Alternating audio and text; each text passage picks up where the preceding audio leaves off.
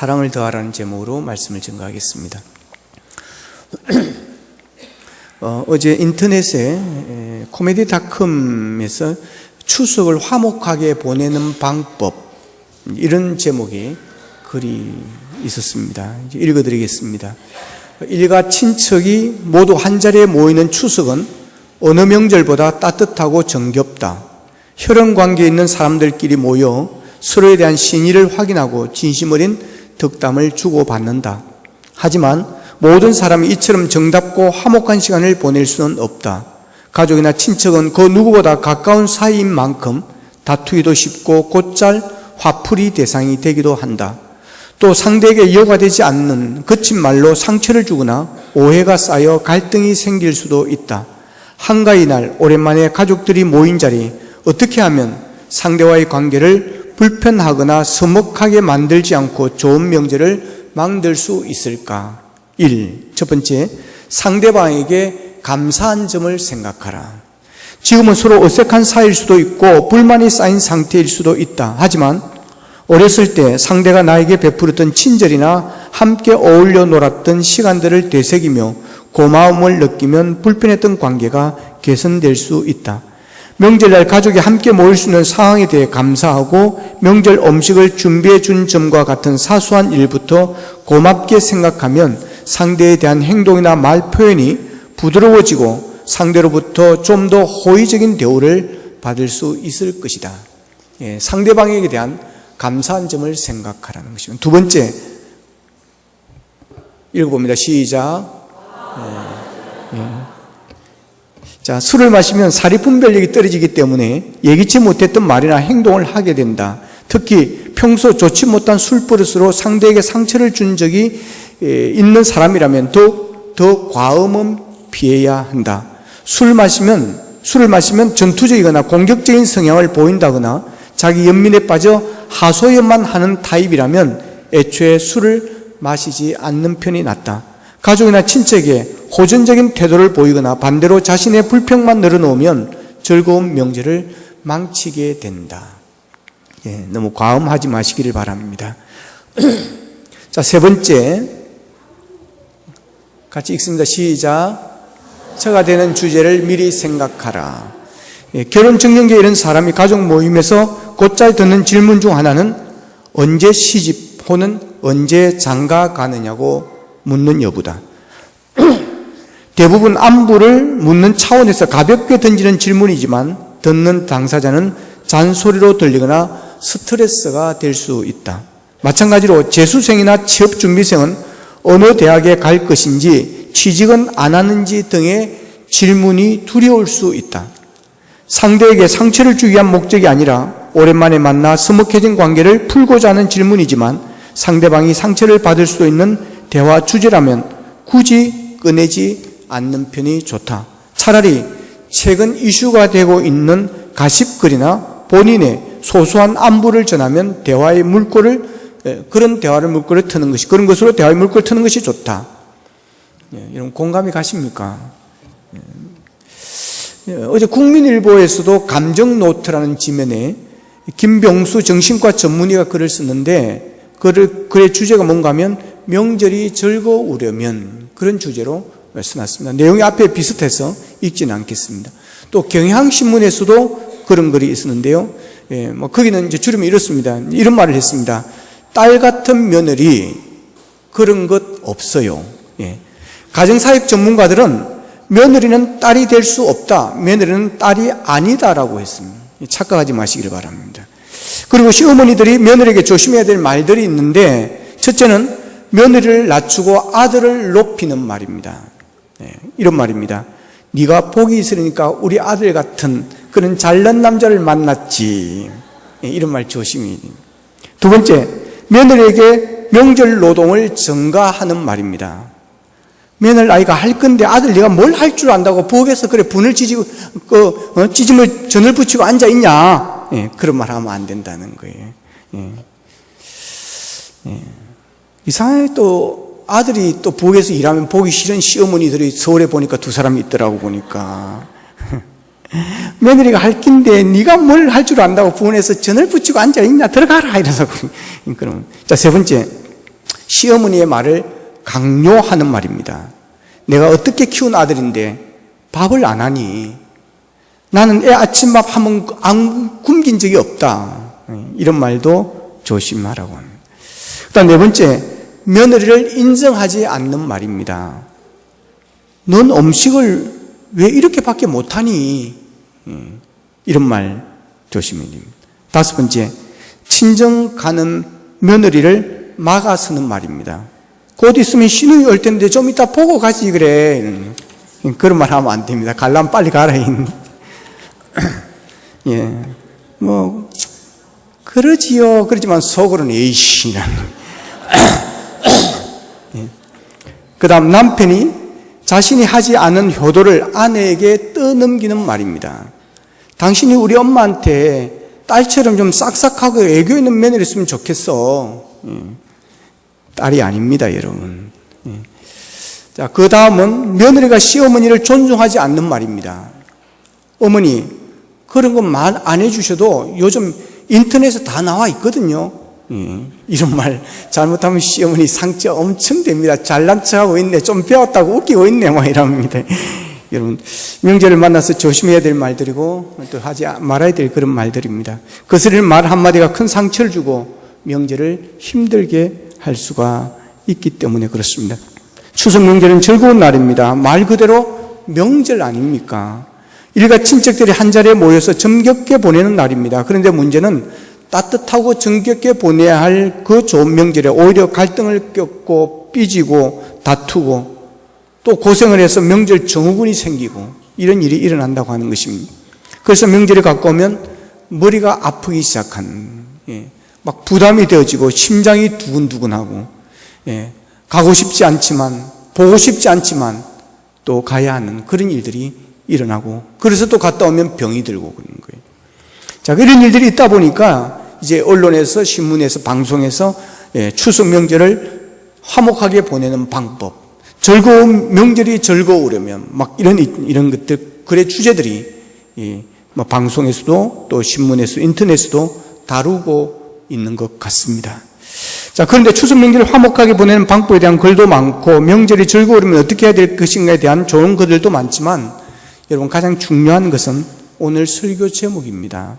설교 제목 같이 읽어보겠습니다. 시작. 사랑을 더하라. 오늘 보면 14절의 말씀입니다. 이게, 자, 이 모든 것 위에 사랑을 더하라. 이는 온전히 매는 띠니라. 사랑을 더하라. 이것이 완전한 일이 되어진다는 거예요. 자, 추석 명절을 화목하게 보내는 방법은 사랑을 더하는 것입니다. 추석 명절을 화목하게 보내지 못하는 이유는 다른 데 있지 않습니다. 사랑을 더하지 않기 때문에 그렇습니다. 여러분, 사랑은 힘이 위대합니다. 사랑해 보십시오. 다 좋게 보입니다. 모든 게 다 좋게 보입니다. 찡그러도 그게 아름답고 좋아 보이는 것입니다. 제가 연애할 때 그렇게 보였습니다. 그런데 이제 결혼하고 조금 이제 약간 갈등이 오고 이럴 때는 막 웃는 모습도 징그럽고 웃어도 징그럽습니다. 좋은 말 하도 삐딱하게 들리는 겁니다. 다 뭐가 있는 것 같고 말이. 사랑을 더하지 못하면 관계가 좋아질 수가 없습니다. 추석 선물도 사갑니다. 맛있는 음식도 많이 장만합니다. 그런데도 정답고 화목한 시간을 보내지 못하는 것은 사랑을 더하지 않기 때문입니다.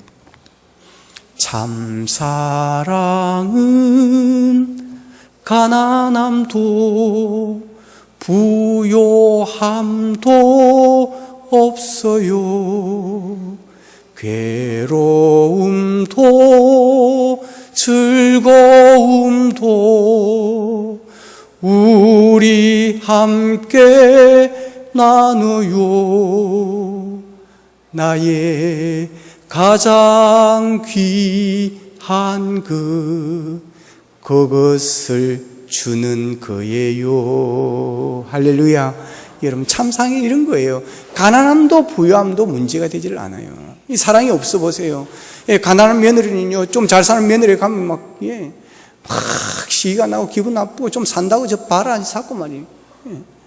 이게 안 좋습니다. 관계 안 좋아지는 거예요. 교회 안에서도 마찬가지예요.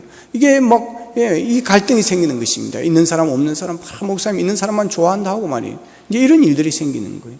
그러나 사랑하면 가난함도 부유함도 전혀 문제가 되지 않습니다. 그리고 괴로움도 즐거움도 이게 서로 함께 나누게 만드는 것입니다. 그리고 나의 가장 귀한 것을 줄 수 있는 관계가 되어지는 것입니다. 그래서 참 사랑은 서로를 누구와 관계가 좋게 만들고 잘 지내게 만들고 원수까지도 화목하게 만드는 것입니다. 어릴 때부터 눈썹이 나지 아니하는 한 아가씨가 있었습니다. 오랫동안 혼자로 지내다가 홍기를 놓쳐버리게 되고 나중에 좀 나이가 들어서 이제 연탄 배달하는 연탄 장수 총각하고 결혼을 하게 되어집니다.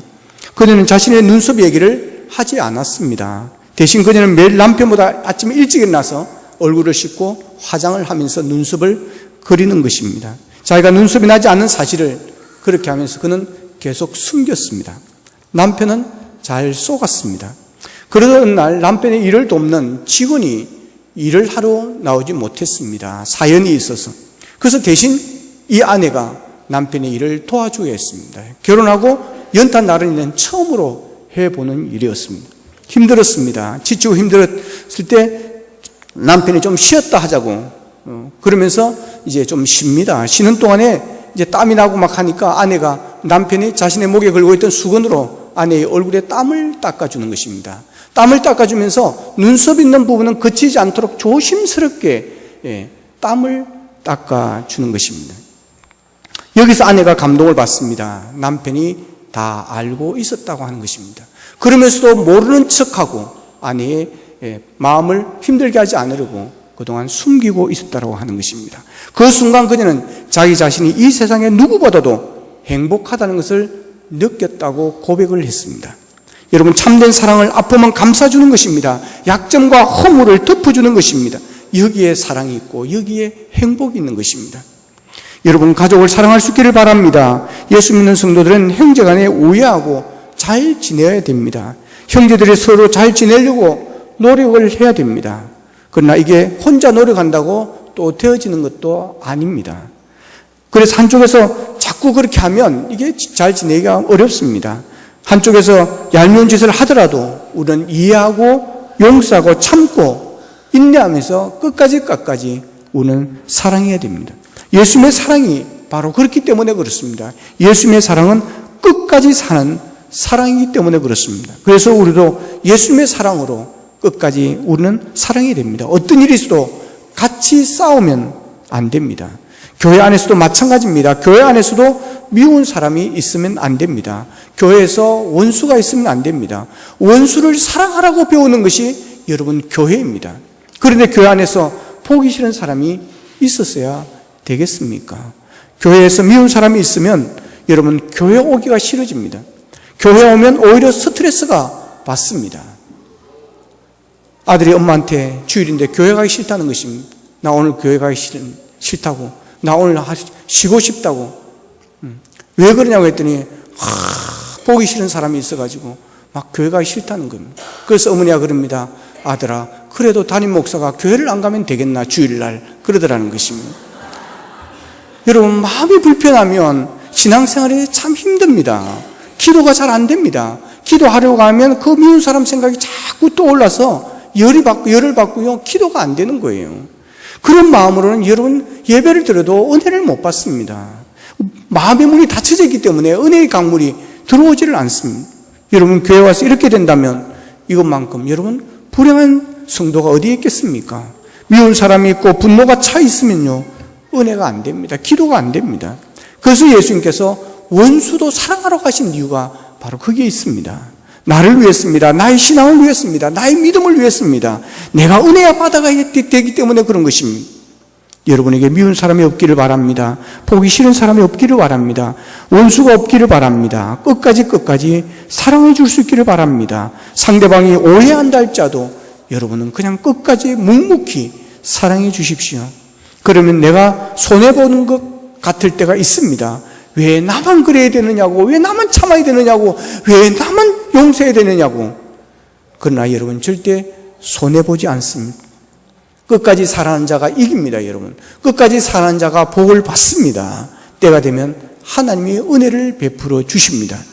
여러분, 교회 안에서, 성도는 주 안에서 형제입니다. 예수 그리스도의 피로 하나 된 우리는 형제이기 때문에 교회 안에서 성도들 간에 형제 우애가 있어야 할 줄로 믿습니다.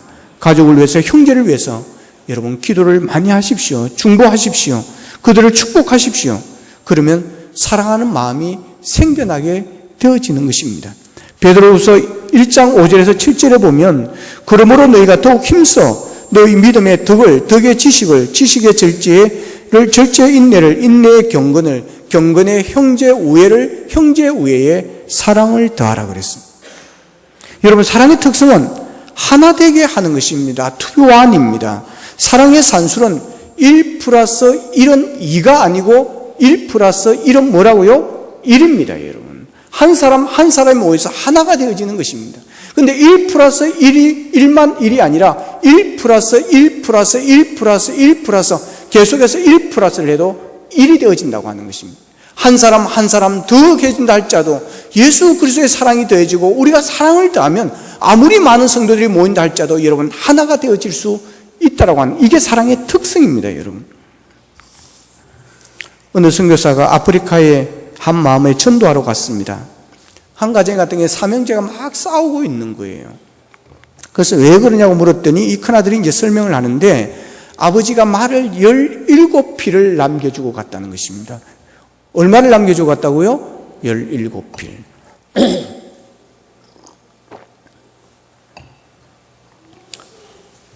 17필을 남겨주시면서 이제 유언을 합니다. 장남에게는 2분의 1을, 차남에게는 3분의 1을, 삼남에게는 9분의 1을 가지라고 유언을 합니다.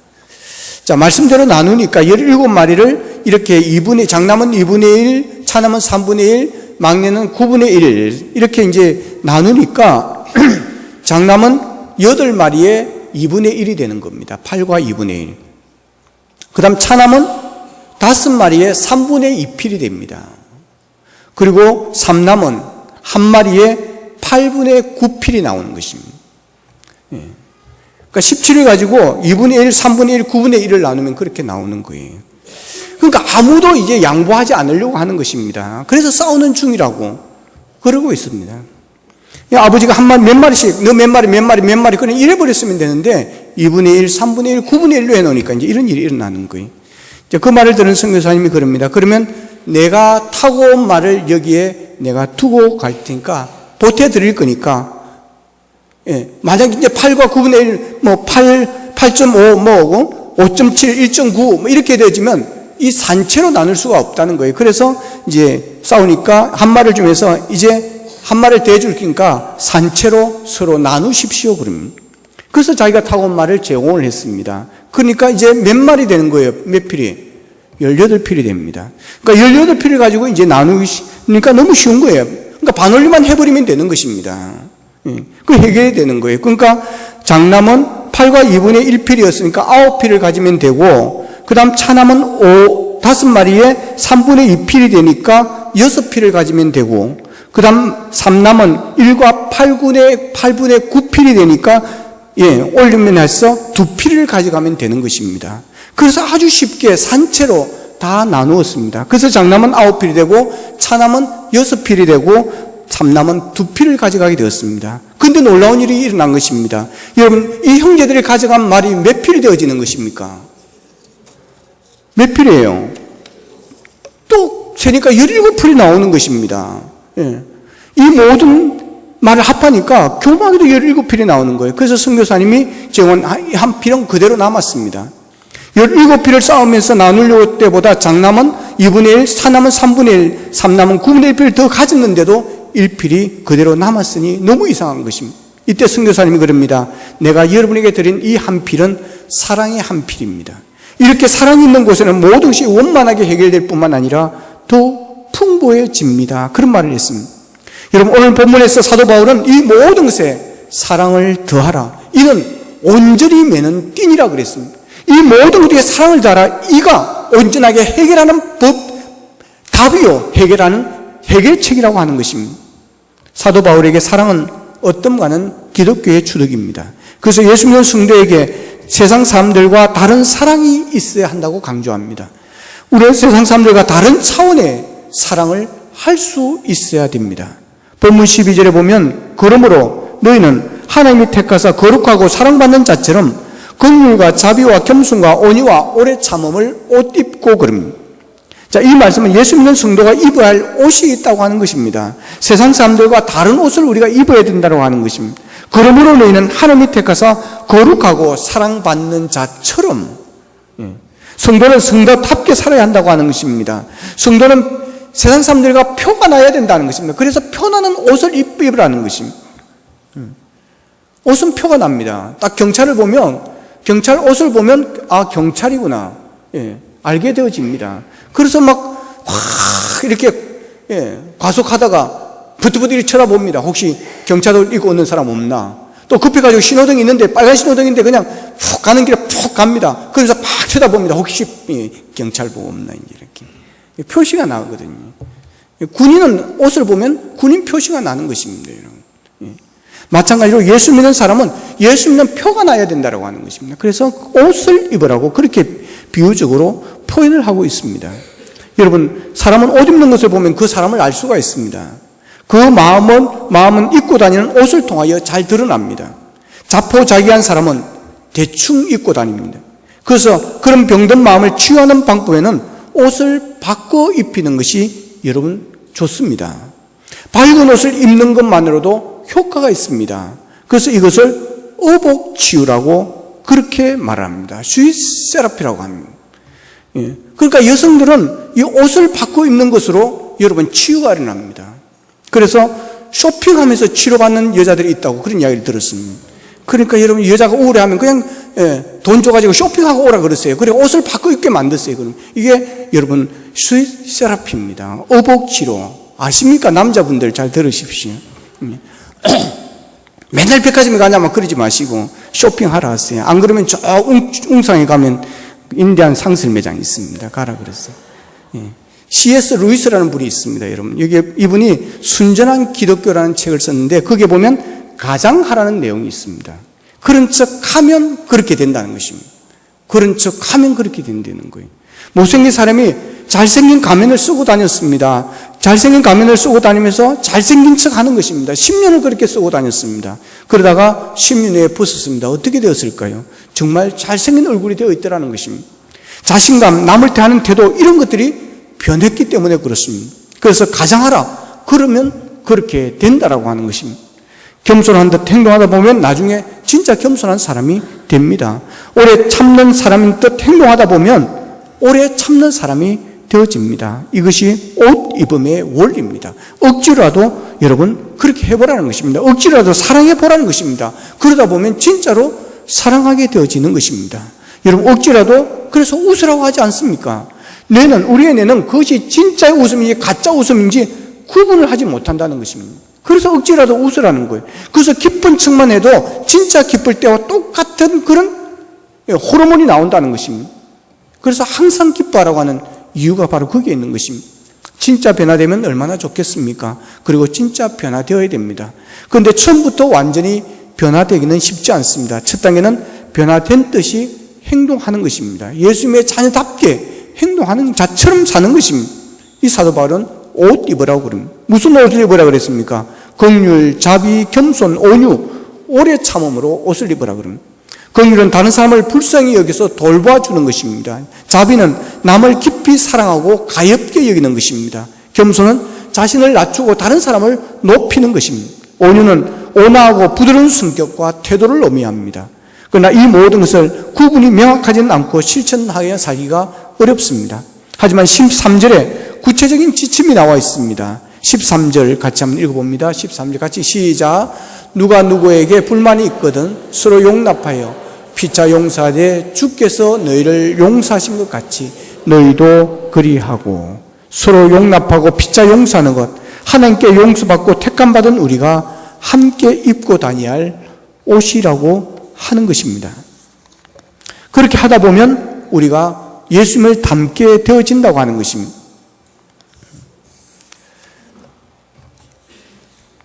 여러분, 진정한 사랑은 용서와 함께 갑니다. 예수님의 사랑은 용서할 수 없는 자를 용서합니다.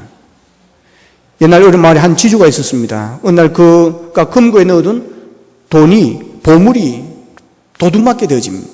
그래서 이 흥분한 이 주인은 자기가 그늘에 있던 종을 도둑으로 몰게 됩니다. 그는 시비를 가리는 재판의 절차도 밟지 않고 자기 마음대로 재판을 해서 이 종의 손을 잘라 버리게 합니다. 그리고 종을 밖으로 내보내 추방해 버립니다. 그런데 그 후에 이 주인이 사냥을 하게 되어지는데 밀림 속에서 길을 잃게 되어버립니다. 그래서 도움을 구하려고 어느 초막으로 들어갔더니 거기는 바로 자기가 손을 잘라버렸던 그 종이 거기에 앉아있는 것입니다. 그는 복수를 당할까 봐 겁을 내었습니다. 그러나 종은 웃으며 그를 맞이합니다. 나는 지금 그리스도인이 되었습니다. 복수를 할까 봐 겁내지 마십시오. 나는 나를 구원하신 예수 그리스도부터 원수를 사랑하는 교훈을 받았어. 그리고 예수님의 한없는 사랑을 내가 받고 지금 살아가고 있어. 그러는 것입니다.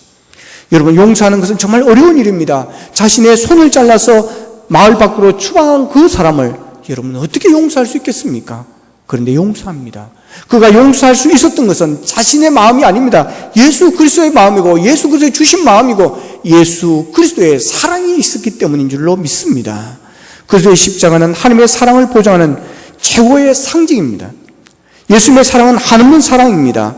예수님은 자신을 십자가에 내어주시는 피와 물을 다 쏟으시면서 우리의 죄를 대속하시기 위해서 내어주신 사랑입니다.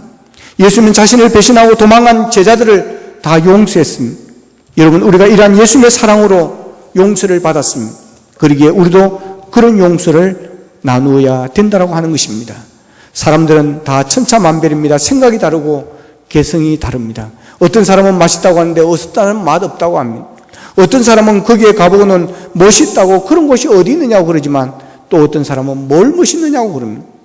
어떤 사람은 새 옷을 입고 거울을 보면서 허무태하고 기분 좋아서 귀여웠는데 뭘 그렇게 칙칙한 옷을 입었느냐고 말하는 사람들이 있습니다.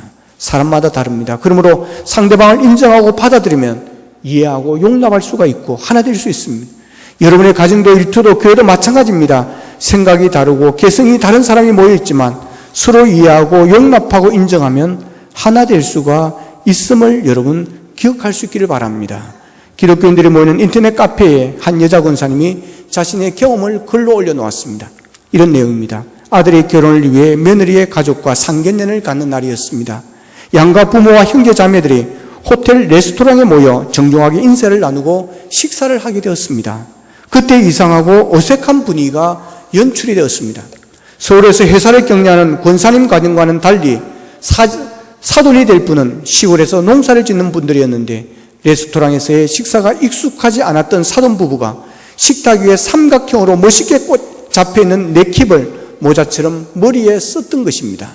네킵이 고깔 모자 정도 되는 줄 생각했던 모양입니다.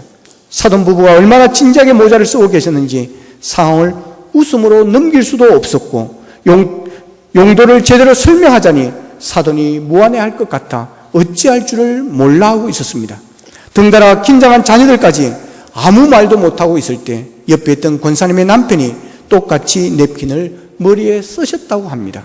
그러자 잠시 긴장했던 다른 식구들도 다른 접혀있던 냅킨을 다 같이 멋있게 머리에 쓰고 정말 맛있고 사랑이 가득한 식사를 나누었다는 것입니다.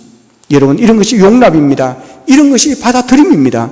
예수의 이름으로 행하는 것은 옳고 그른 것을 가리는 것이 아닙니다. 서로 이해하고 배려하고 도와주고 참는 것입니다. 서로 용납하고 용서하다 보면 사랑하고 신뢰하는 관계가 생기게 되어지는 것입니다. 여러분, 하나님께서 우리에게 사랑하는 가족을 주셨습니다. 사랑하는 교회 안에서의 형제 자매를 주셨습니다. 하나님께서는 우리가 긍휼과 자비와 겸손과 온유와 오래 참음에 옷을 입고 서로 용납하며 피차 용서하기를 원하십니다. 그리고 그 위에 사랑을 더하기를 원하고 계십니다. 여러분, 이번 추석을 통해서 이 사랑을 우리가 보여줄 수 있기를 바랍니다. 모든 것 위에 사랑을 더하십시오. 그래서 행복하고 아름다운 추석이 되어지고 또한 이 교회를 통해서 여러분 가족을 전도할 수 있는 예수 믿는 사람들을 보면서 감동을 받고 예수 믿는 사람들이 저런 거구나, 예수 믿으니 저렇게 변하는구나, 이 모습을 보여주면서 여러분 그들을 주께로 인도할 수 있기를 원합니다. 여러분, 사랑 중에 최고의 사랑은 여러분 그들에게 복음을 전하여 예수 믿고 구원받고 천국 가게 하는 것입니다. 여러분, 선물 중에 최고의 선물은 여러분 구원의 선물입니다. 이 선물을 함께 나누는 아름다운 추석 명절이 되기를 주님의 이름으로 축원합니다. 말씀 붙잡고 함께 기도하기를 원합니다. 하나님, 모든 것에 사랑을 더하기를 원합니다. 사랑할 마음이 없었기에 미워하게 되었고, 사랑할 마음이 없었기에 갈등하게 되었고, 사랑할 마음이 없었기에 다투게 되었습니다. 하나님 아버지, 긍휼과 자비와 겸손과 온유와 오래 참음에 옷을 입게 하여 주시고, 아버지 하며 예수 그리스도의 사랑으로 용납하고 피차 용서할 수 있기를 원합니다. 그래야 미운 사람이 없게 하시고 보기 싫은 사람이 없게 하여 주시고 원수가 없기를 원합니다. 아버지 하며 이 모든 것에 사랑을 더하여 하나님 그리스도의 사랑으로 그들을 품고 서로 화목하고 정겨운 추석을 보내게 하시고 그들에게 예수의 사랑을 전하고 복음을 전하여 구원의 선물을 줄 수 있기를 원합니다. 그래야 함께 예수 믿고 구원받고 천국 가는 아름다운 가족을 이루어 나가게 하시고, 하나님 아버지, 해피데이를 준비하고 있습니다. 그리스도의 사랑으로 이웃을 찾아가기를 원합니다. 예비신자를 찾아가기를 원합니다. 그래요 그 영혼을 구원하게 하여 주시옵소서. 다 같이 한 목소리 기도드리겠습니다.